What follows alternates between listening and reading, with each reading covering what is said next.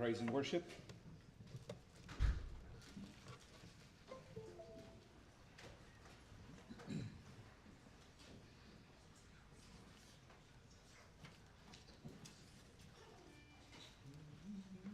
Unto thee, O Lord, do I lift up my soul. Unto thee, O Lord, do I lift up my soul. Oh my God, I trust in thee. Let me not be ashamed. Let not my enemies triumph over me. Yea, let none that wait on me be ashamed. Yea, let none that wait on me be ashamed. Oh my God, I trust in thee. Let me not be ashamed. Let not my enemies triumph over me. Remember not the sins of my youth. Remember not the sins of my youth. Oh my God, I trust in thee. Let me not be ashamed. Let not mine enemies triumph over me.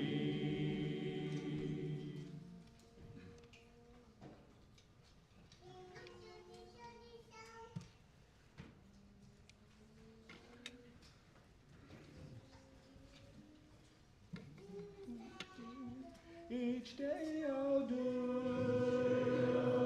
a golden deed by helping those who are in need. My life on earth is but a span, and so I'll do the best I can. Life's evening sun is sinking low. A few more days, and I must go to meet the deed that I have done, where there will be no setting sun. To be a child of God each day, my life a shine along the way. I'll sing His praise while ages roll, and strive to help some troubled soul. Life's evening sun is sinking low. A few more days, and I must go to meet the deed that I have done, where there will be no setting sun.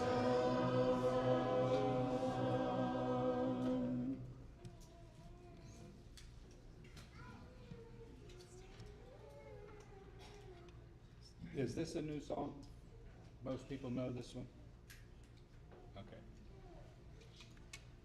sing a solo.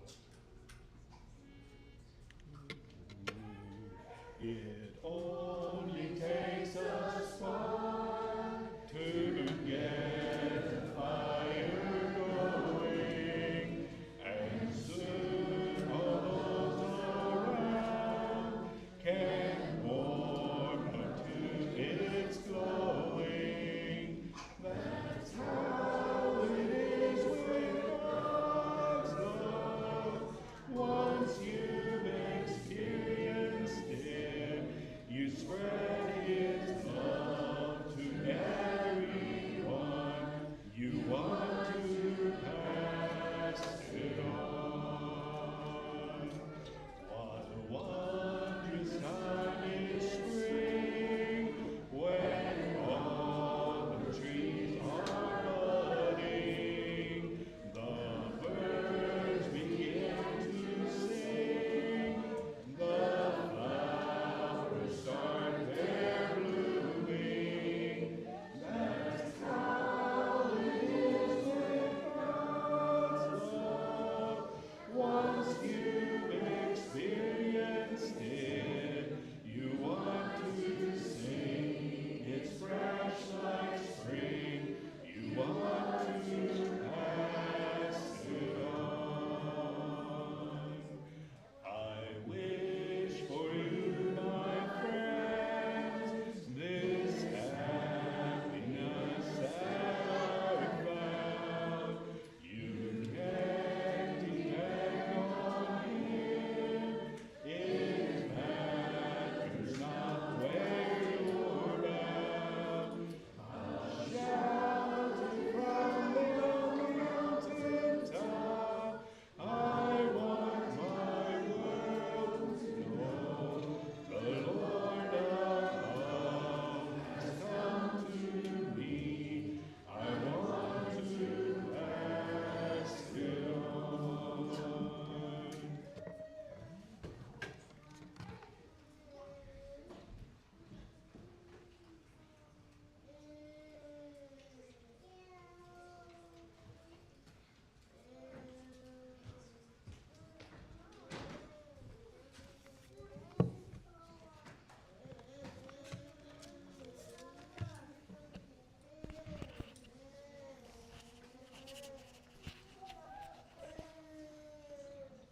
Greetings to each of you this morning and welcome. It's good to see all of you here. Welcome our visitors. Evan and Clarissa, we're glad you're here.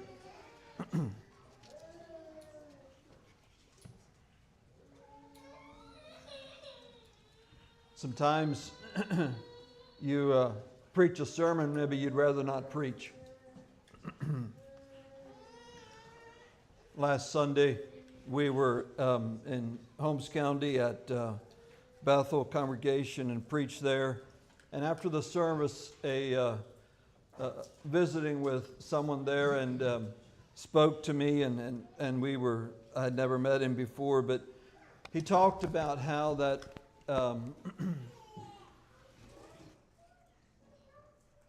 hear a lot of sermons about grace and love and God's goodness and God's faithfulness and all those things. And you know, that's the type of sermons we like to preach. And then he said, we hear very few sermons on hell anymore. And that's not really a sermon we like to preach. But it seems in life we can maybe kind of go from one ditch to the other ditch, where maybe at one time there was maybe too much, and I want to be careful how I say that. Maybe there was too much preaching about hell, and maybe there wasn't. But then we go to the other side, and all we want to do is focus on God's grace and His mercy and His love and His forgiveness and His faithfulness and His goodness. And it challenged me. What he told me challenged me, and I realized that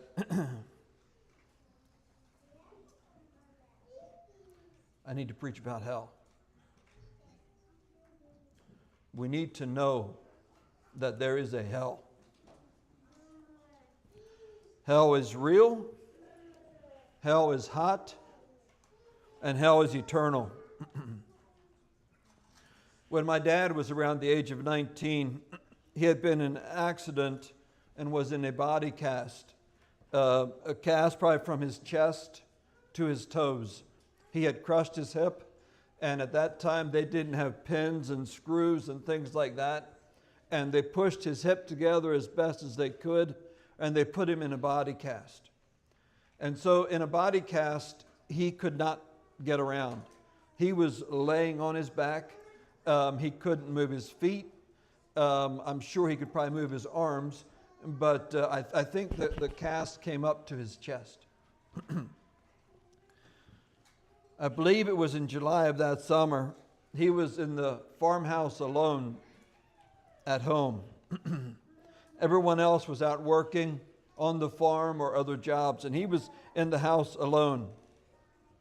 Suddenly, a severe thunderstorm came up, and there was a flash of lightning and a bolt of thunder instantly after the flash of lightning. And as he lay there in the main floor of the house, he knew the house was on fire. I should say, put it this way, he was quite certain the house was on fire because of the way the lightning hit and the immediate thunder and a huge boom of thunder, a big flash of lightning. He was certain that he was going to burn in that fire. The worst part of it was he knew he would not just burn in that fire. He knew he would burn for eternity. Because he was not a believer. He was a sinner. And he knew he would spend eternity in hell. And he had no way of getting out of that house. And he was fearful. He was afraid. Thank you, Dustin. The house was not on fire. The house did not burn. Dad did not burn. But that was part of God's grace in working in my dad's life, that he would give his heart to the Lord.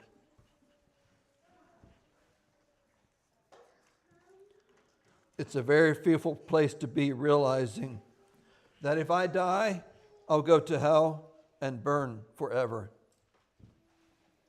Hell is hot. Hell is real. Hell is eternal.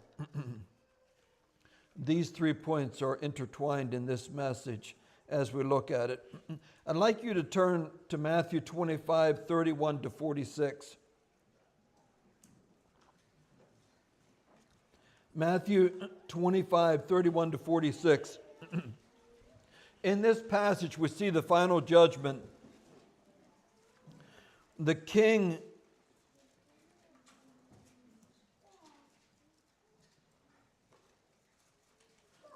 we see the final judgment in this passage. The king is noticing what the people did. As Christians, our faith in God becomes evident by our actions. As we read this passage, we see that the king noticed what the people did and what they didn't do. So I think it's important for us to know as Christians, our faith in God becomes evident by our actions. When we give our hearts to the Lord and accept Him, it changes the way we do things. Jesus knows that. So in this passage, He separated the sheep from the goats, meaning the Christians from the non-Christians. He sent the righteous to life eternal and the others to everlasting punishment. I'd like you to stand as we read Matthew 25, 31 to 46.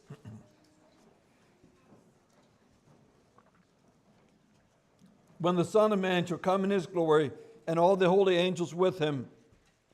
Then shall he sit upon the throne of his glory, and before him shall be gathered all nations, and he shall separate them one from another, as a shepherd divideth his sheep from the goats. And he shall set the sheep on his right hand, but the goats on the left. Then shall the king say unto them on his right hand, Come, ye blessed of my Father, inherit the kingdom prepared for you from the foundation of the world. For I was an hungered, and ye gave me meat. I was thirsty, and ye gave me drink. I was a stranger, and ye took me in. Naked, and ye clothed me. I was sick, and ye visited me. I was in prison, and ye came unto me. Then shall the righteous answer him, saying, Lord, when saw we thee an hungered and fed thee, or thirsty and gave thee drink? When saw we thee a stranger and took thee in, or naked and clothed thee? Or when saw we thee sick or in prison and came unto thee? And the king shall answer and say unto them, Verily I say unto you, inasmuch as ye have done it unto the least of these my brethren, ye have done it unto me. Then shall he say unto them on the left hand, Depart from me, ye cursed, into everlasting fire, prepared for the devil and his angels. For I was an hungered, and ye gave me no meat. I was thirsty, and ye gave me no drink. I was a stranger, and ye took me not in. Naked, and ye clothed me not. Sick and in prison, and ye visited me not. Then shall they also answer him, saying, Lord, when we saw thee an hungered, or athirst, or a stranger, or naked, or sick, or in prison, and did not minister unto thee? Then shall he answer them, saying, Verily I say unto you, inasmuch as ye did it not to one of the least of these, ye did it not to me.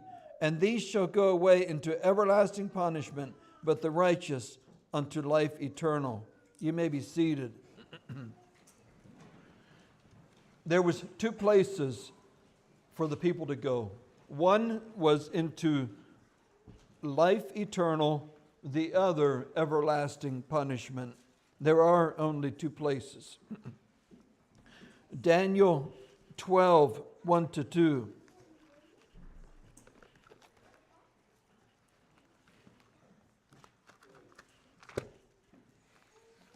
Daniel 12, 1-2. And at that time shall Michael stand up, the great prince, which standeth for the children of the people. And there shall be a time of trouble, such as never was since there was a nation, even to that same time. And at that time thy people shall be delivered, every one that shall be found written in the book. And many of them that sleep in the dust of the earth shall awake, some to everlasting life, and some to shame and everlasting contempt. Again, two places. Everlasting life, the other word there is everlasting contempt. Also want to look at Matthew 8, 5-13. As we look at this passage, the Jews didn't have as much faith as this centurion did. Many people come from all over the world and will be in heaven with the Jewish patriarchs, Abraham, Isaac, and Jacob, because they had faith in Jesus. But there are those who are very religious, like a lot of the Jews at that time. And it states in this passage they were cast into outer darkness because of a lack of faith in Jesus.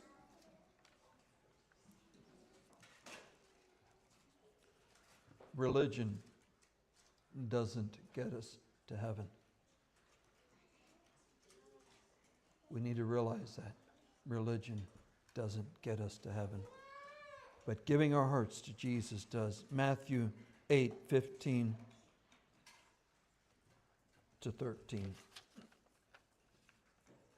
I wrote that down wrong. Matthew 8, 5-13. And when Jesus was come into Capernaum, there came unto him a certain centurion beseeching him, and saying, Lord, my servant lieth at home sick of the palsy, grievously tormented. And Jesus saith unto him, I will come and heal him. The centurion answered and said, Lord, I am not worthy that thou shouldest come under my roof, but speak the word only, and my servant shall be healed. For I am a man under authority, having soldiers under me. I say to this man, go, and he goeth, and to another, come, and he cometh, and to my servant, do this, and he doeth it. When Jesus heard it, he marveled and said to them that followed, verily I say unto you, I have not found so great faith, no, not in Israel. And I say unto you that many shall come from the east and the west, and shall sit down with Abraham and Isaac and Jacob in the kingdom of heaven. But the children of the kingdom shall be cast out into utter darkness. There shall be weeping and gnashing of teeth. And Jesus said unto the centurion, go thy way, as thou hast delivered, so be it done unto thee. And his servant was healed in the selfsame hour.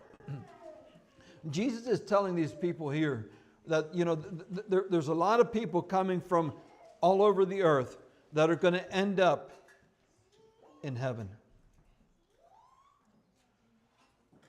But there's a lot of you Jews.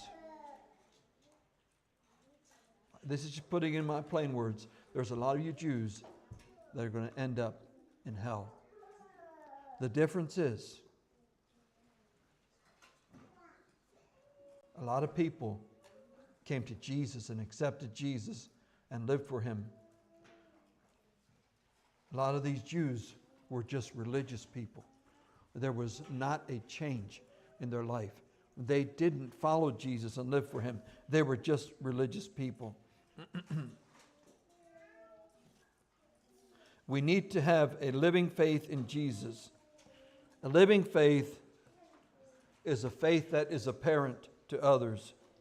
I'm going to read Mark 9:43 to 50. I'll read this verse and then expound on it, these passages. Mark 9:43 to 50. And if thy hand offend thee, cut it off. It is better for thee to enter into life maimed than to have two hands to go into hell, into the fire that never shall be quenched, where the worm dieth not and the fire is not quenched. And if thy foot offend thee, cut it off. It is better for thee to enter halt into life than having 2 feet to be cast into hell, into the fire that never shall be quenched, where the worm dieth not, and the fire is not quenched. If thine eye offend thee, pluck it out. It is better for thee to enter into the kingdom of God with one eye than having 2 eyes to be cast into hell fire, where the worm dieth not, and the fire is not quenched. For everyone shall be salted with fire, and every sacrifice shall be salted with salt. Salt is good, but if the salt have lost its saltiness, wherewith will ye season it?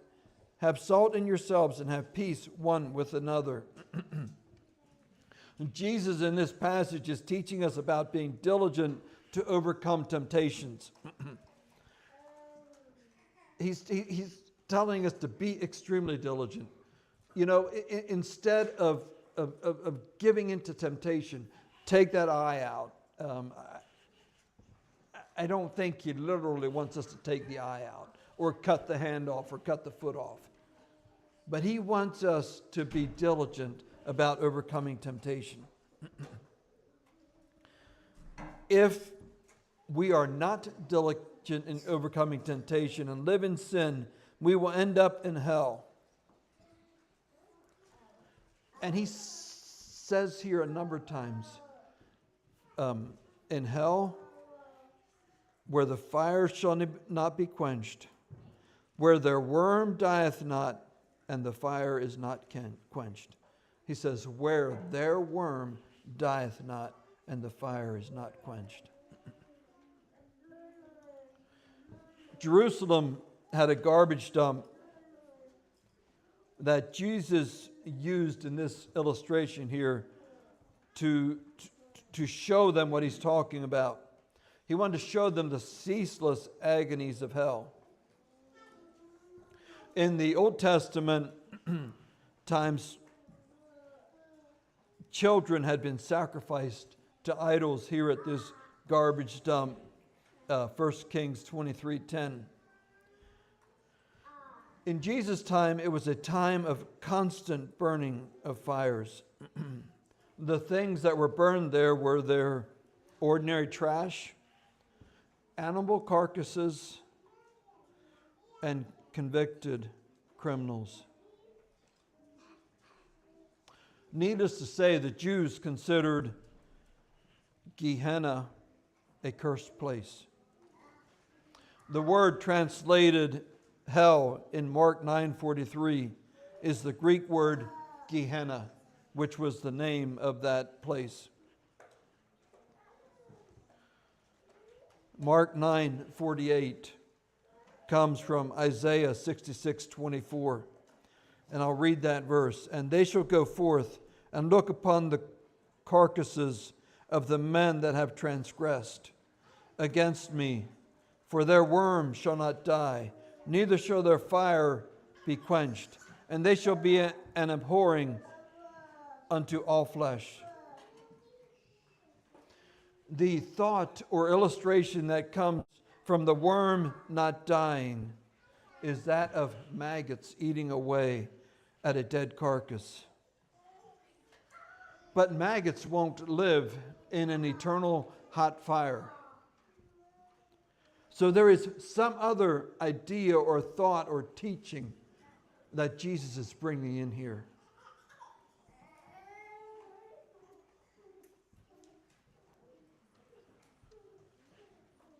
Jesus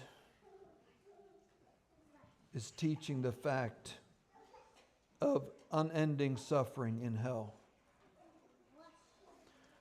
The thought of the worm, both in Isaiah and in Mark, is personal. It says their worm, talking about the person's worm. The source of torment here is attached to its host. That maggot, that worm, is attached to its host. So what is it? It's believed that the worm refers to a man's conscience. In hell, where we're completely cut off from God, we exist with a nagging conscience, remembering all the opportunities we had to turn to God and didn't. We're there. Our mind is active. Our mind is alive. And we realize we're there because of a choice we didn't make. And that nagging is there constantly, because of what we're going through.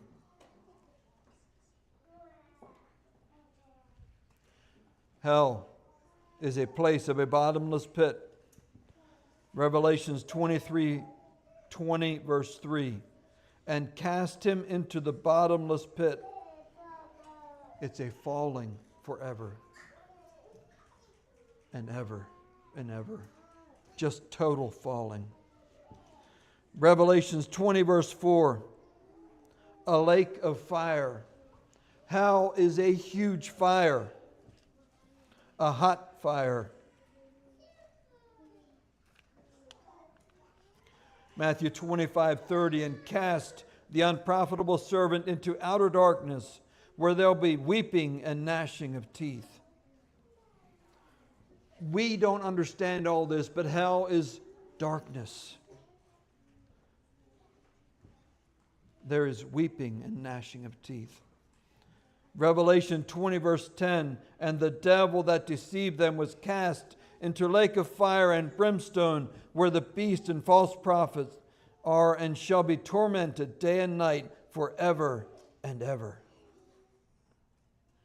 Brimstone in the Bible refers to sulfur. Sulfur burns, producing intense heat. The flames are blue. It produces intense heat. Hell has sulfur in it, brimstone.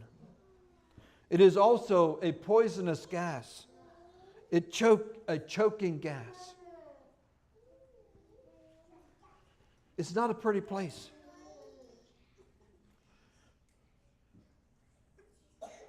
So, let's remember. Let's put all this together. In hell, you will remember what you could have done and didn't do.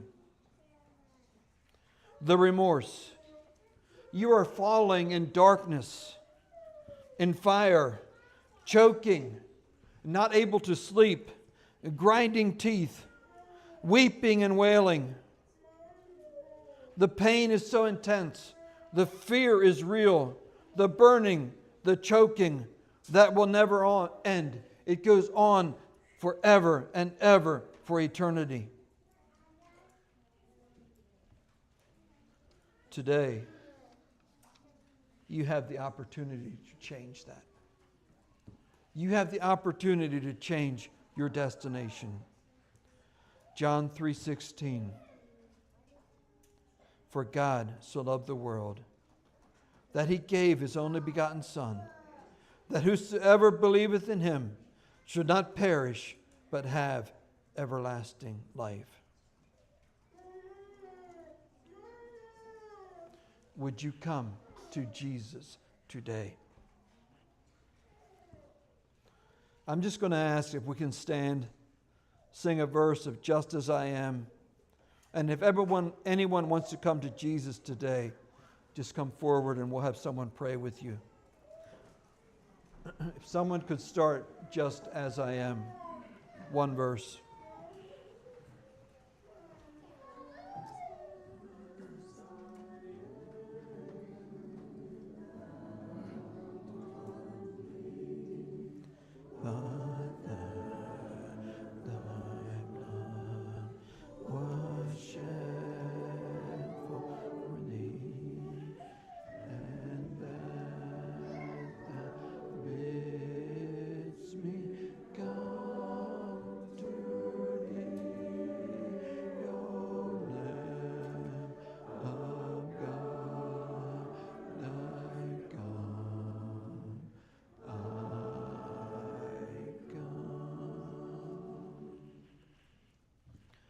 Thank you for being here.